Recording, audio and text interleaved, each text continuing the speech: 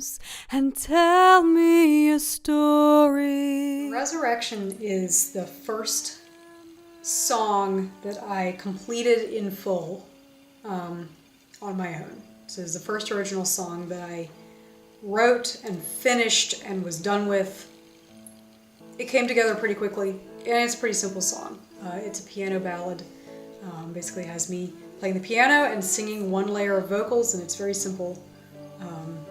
But that's the way I wanted it. I wrote this song in either February or March of 2016. Again, that was kind of like that artistic overload that I got just from not doing music and, you know, concentrating, being too left-brained, and it just kind of like went in the other direction, and I was able to start writing music for the first time. This song is really, it's a really personal song, and it was also one of the most difficult songs for me to present when I did my show in June and started distributing my Fly EP. This song was also on the EP, pretty much in the same form that it is now.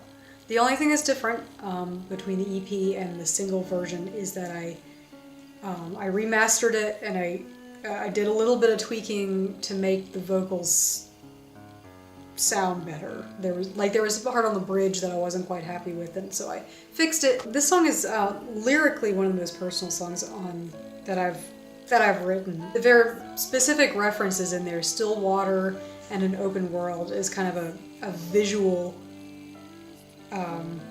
picture just that I have in my mind, and you know, and we'd sing for we were young and unhurt, like things like that.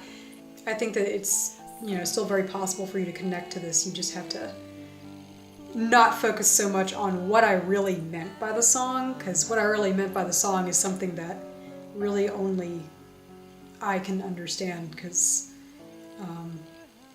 there are just like very specific like little moments from my life that are thrown in there. The song is basically about when people can't let go of things that have happened. Something that I've found in my life that's been very helpful to me, that's made me very happy, is that I've learned how to let stuff go.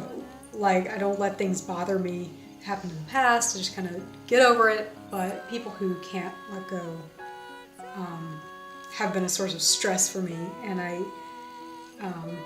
felt like I needed to write this song. And as I was writing it, it was like, this is like almost accusatory. I don't really feel comfortable writing this, and I've gotten more comfortable with it as I've gone on with it. But I'll tell you, the first time I got up there and performed it, it was like, man.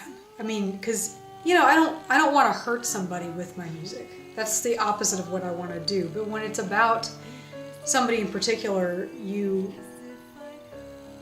kind of can't help but feel like you're doing them a disservice, or you're hurting them just by putting the song out there. Even if they don't get it, even if they never hear it, you still feel kind of bad for putting it out. So the song is basically encouraging, you know, the people in my life who can't let go to let go, and it's also encouraging myself to let go. You know, on the second chorus it says, I resurrect memories of the way I used to be, as if I could pull back from fire that has gone out. I can't change the past, so I move on. You know, there have been some things in my past that have been really painful and everything, but I really think that they have made me stronger and that they've made me a better person. And so even if I could go back in time and pull back from the fire, maybe I wouldn't want to, you know. And so lyrically, that's basically what it's about. On the bridge, if that sounds familiar to you, it should. It is. The bridge is a nod to Summertime from Porgy and Bess, because that song was all over the place when I was a kid. That was just kind of a household song. I heard that song a lot. It just has a lot of weight to it for me because it was a big part of my childhood. So Summertime and The Living is Easy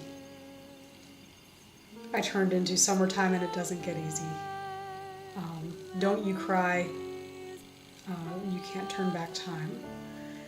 So it's a really personal song, and it came together very organically. Like the way that I wrote it was, I kind of had an idea in mind and I just kind of let it go, and the piano also came together very organically. It's really simple.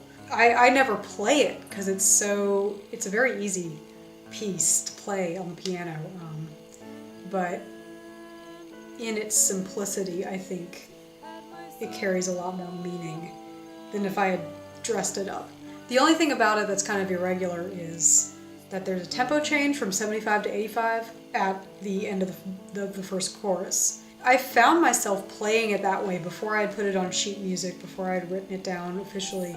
I kind of found myself playing the first part of the song slower, and then the second part speeds up, and that's just kind of the natural flow of it. And I was like, I don't know, why am I doing that? Because I'm kind of reluctant to put this out there in the first place, but I didn't really plan it that way. I just kind of, that's the way it felt natural. Like when I was trying to put it in, when I was going to record it, I was like, oh, what tempo am I going to use?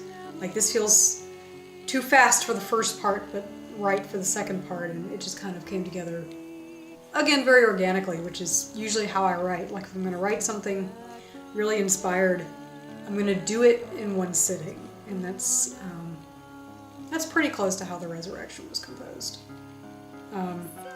It was recorded, it was the first song that I recorded when I went to do my Fly EP back in June, so it was recorded at the beginning of June of 2016 and just remastered a little bit for the single release. So The Resurrection, as well as Beethoven and Fly, are going to be available on my new single, which is coming out January 1st, 2017 to iTunes, Amazon Music, Spotify, and any other place where you can download or stream digital music.